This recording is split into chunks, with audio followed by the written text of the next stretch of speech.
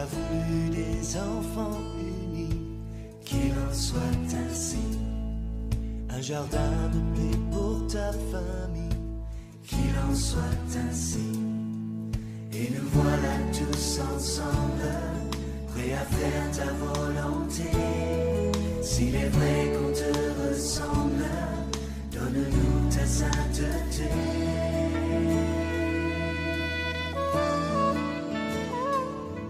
Tu as voulu tes enfants heureux, qu'il en soit ainsi.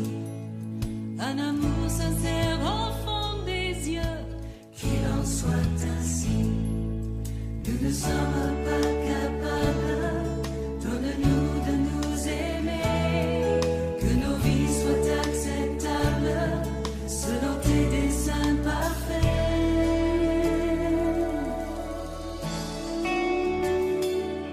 Et nous serons enfin ce temple, ce palais où tu demeures, où ton cœur de père nous comble de sa grâce.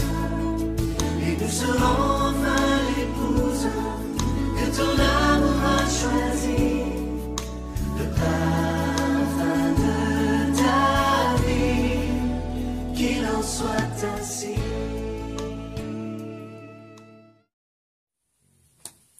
Chers fidèles auditeurs, chers internautes, bonjour ou bonsoir. Notre causerie s'intitule « Les fiançailles ont-elles toujours les vraies valeurs ?» Prions Dieu. Notre Dieu, notre Père, merci pour ce privilège dont tu nous as accordé. Que tu bénisses pour nous chaque cœur, permets qu'il soit réceptif à ta voix. Nous t'en prions au nom de Jésus. Amen. Les fiançailles ont-elles toujours les vraies valeurs? Le petit Larousse définit le mot fiançailles. Nom féminin pluriel, qui signifie promesse mutuelle de mariage. Temps qui s'écoule entre cette promesse et le mariage. Le verbe fiancer signifie promettre solennellement en mariage, ou encore célébrer les fiançailles de. On a également un verbe pronominal. Se fiancer à, ou encore se fiancer avec, signifie s'engager à épouser quelqu'un. Le sage Salomon a écrit dans son livre Cantique des Cantiques. Tu es un jardin fermé, ma sœur, ma fiancée, une source fermée, une fontaine scellée. Ceci nous pousse à dire que les fiançailles représentent la période la plus importante de la vie juvénile. Cette période est un temps de préparation au mariage, temps qui consiste à mieux connaître les partenaires fiancés. Comme dit l'autre, connais-toi toi-même. Comprendre le comportement des fiancés et lier connaissance avec le grand-parent. Fiancé n'est pas un simple engagement qu'on doit prendre à la légère. Il faut réfléchir sérieusement avant de se fiancer. C'est une déclaration ouverte. qui s'engage la personne à épouser l'autre. Fiançailles, signe avant-coureur relatif au mariage. C'est encore la date précise du mariage. La question la plus célèbre est la suivante. Pourquoi les fiançailles n'ont-elles pas de valeur aujourd'hui?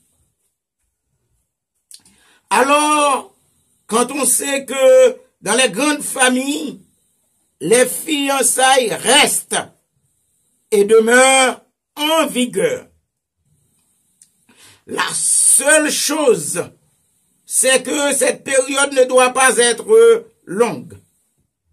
Les jeunes manquant d'énergie mentale sont tellement pressés, ils sont privés des soins et de la direction de leurs parents. Ils n'ont pas eu le privilège d'être fiancés. Ils pratiquent les mariages précoces ou encore appelés prématurés. Voici ce que déclare la servante du Seigneur dans Rayon de santé, page 12-13. Il ne faut pas encourager les unions précoces. Quand on ne forme pas des relations aussi importantes et ayant des répercussions aussi étendues que celles du mariage, sans préparation suffisante, et avant que les forces physiques et mentales soient bien développées. Fin de citation. Voici notre témoignage vécu. Ma femme, Elvie Maurras, et moi, nous avons bel et bien passé cette étape, fiançailles. Nous avons travaillé sérieusement pour rendre notre famille heureuse. L'ancien Pierre, Tolem Pierre, de l'église adventiste du 7e jour, Jérusalem, accompagné nos grands-parents, ont tous été présents lors de la dite cérémonie de nos fiançailles. Ils ont lu le psaume 127 et demandé notre adhésion en ce jour-là. Ils ont fixé la date précise de notre mariage après 6 mois. Enfin, ils ont tous témoigné leur contentement. Oh, c'était de beaux jours. Un écrivain a dit, l'amour qui unit deux cœurs est un avant-goût des joies célestes. Aujourd'hui, beaucoup de familles, malgré leur effort déployé pour sauvegarder l'intégrité de leurs enfants, elles tournent en rond et le monde perd leurs conséquences. Mais où sont nos anciennes habitudes? Où sont, mes amis, nos anciennes attitudes? Où sont nos anciennes coutumes? Les parents doivent enseigner aux enfants beaucoup de leçons morales. Privés d'éducation, ils ont préparé leur échec. Ils se trouvent parfois dans des situations drôles. Seul Dieu peut les sauver. Car un échec dans la vie entraîne une réponse immédiate de Dieu.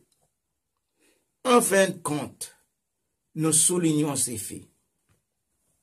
Pour bien comprendre ce qu'est le mariage ou la famille, il faut toute une vie.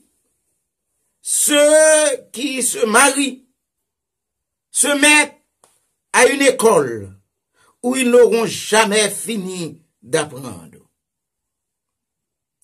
Oh, si l'Éternel ne bâtit la maison, ceux qui la bâtissent travaillent en vain. Si l'Éternel ne garde la ville, celui qui la garde veille en vain. Amen. Amen.